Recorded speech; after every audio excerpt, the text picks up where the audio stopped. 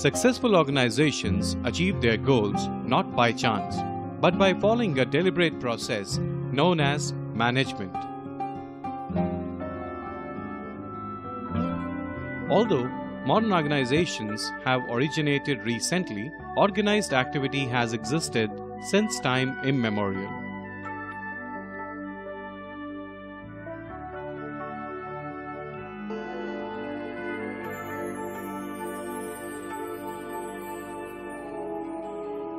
Recalling the time, the businessman was introduced to the origin of these guidelines and principles.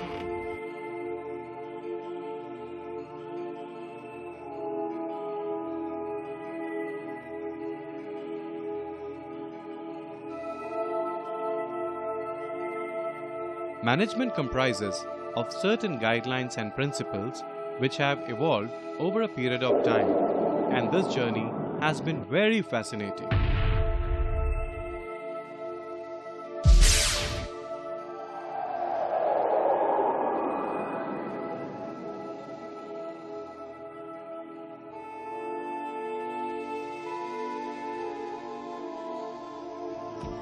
(3000 to 4000 BC).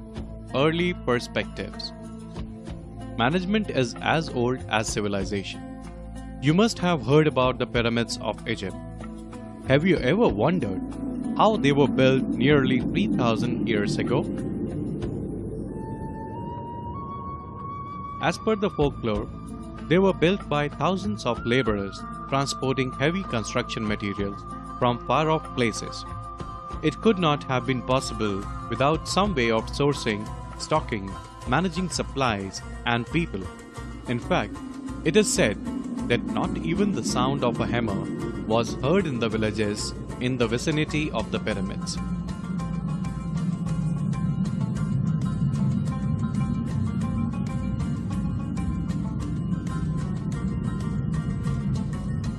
Hence, the making of pyramids points out the early emergence of management practices. Though the phase did not have any universally declared and applicable management system in documented form, yet they had the concept of bonus for outstanding performers. Definitely, this era marked the evolution of management principles in practice.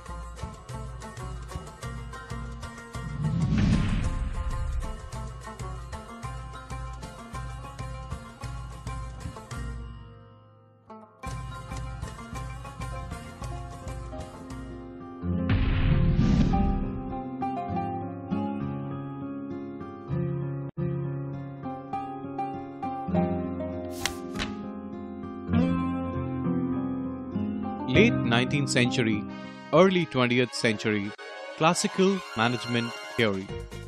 By the end of 19th century, the era moved towards social, industrial, and economic development. People were motivated by economic gains. The era witnessed a number of social inventions that led to industrial revolution.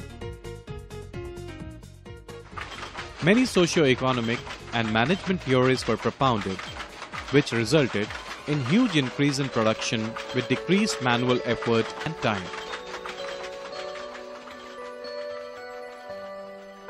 F.W. Taylor, the father of scientific management, emphasized on the best way of production through his various scientific studies. His contribution includes concept of functional foremanship, through which he drew attention towards achieving ultimate specialization. Standardization of work, wherein he emphasized that tool and equipments as well as working conditions should be standardized to achieve standard output from workers. Simplification of work principle aimed at eliminating unnecessary diversity of products. Motion study, through which he emphasized on elimination of useless motions to determine the best way of doing the job. Method study, in which he referred to identification of the most suitable way of performing a particular activity. Time study was a technique which enabled the manager to ascertain standard time taken for performing a specified job. Fatigue study was conducted to determine the frequency and amount of rest intervals in completing a task. He also introduced differential wage rate system that clearly drew a line between a skilled and an unskilled worker. Administrative theories personified by Henry Fayol introduced the best way to combine job and people into an efficient organization. This era induced large-scale production, which was not at all possible without adherence to principles governing production. A few of these principles are division of work, which states that work is divided into small tasks, which is performed by trained specialists, leading to specialization of work. Unity of command, through which he states that each participant in a formal organization should receive orders from and be responsible to only one superior. Remuneration of employees, which mentions that the overall pay and compensation should be fair to both employees and the organization.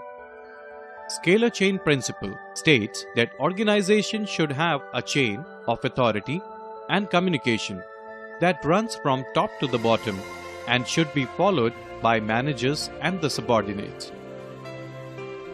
Equity, according to which all employees are treated as fairly as possible to ensure loyalty and devotion.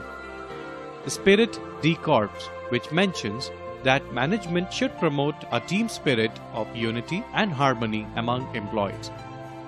A well-known bureaucratic organization theorist, Max Weber, looked at ways to eliminate managerial inconsistencies, which contributed to ineffectiveness.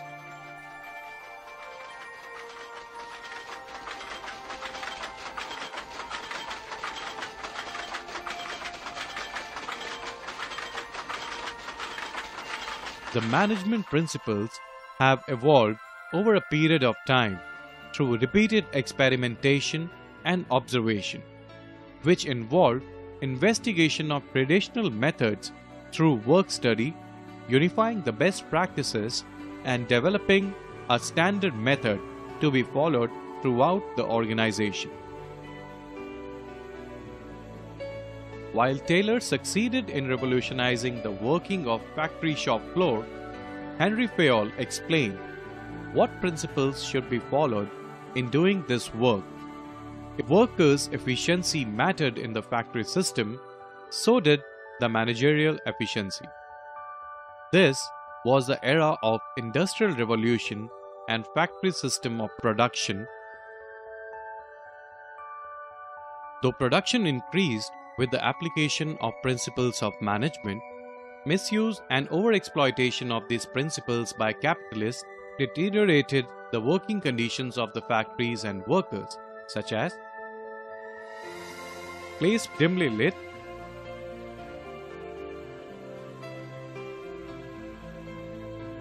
place dirty and cramped,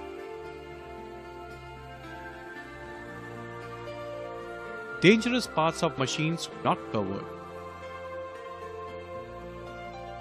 machines operated manually,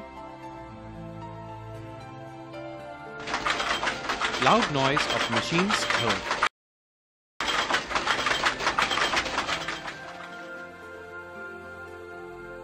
People working mechanically,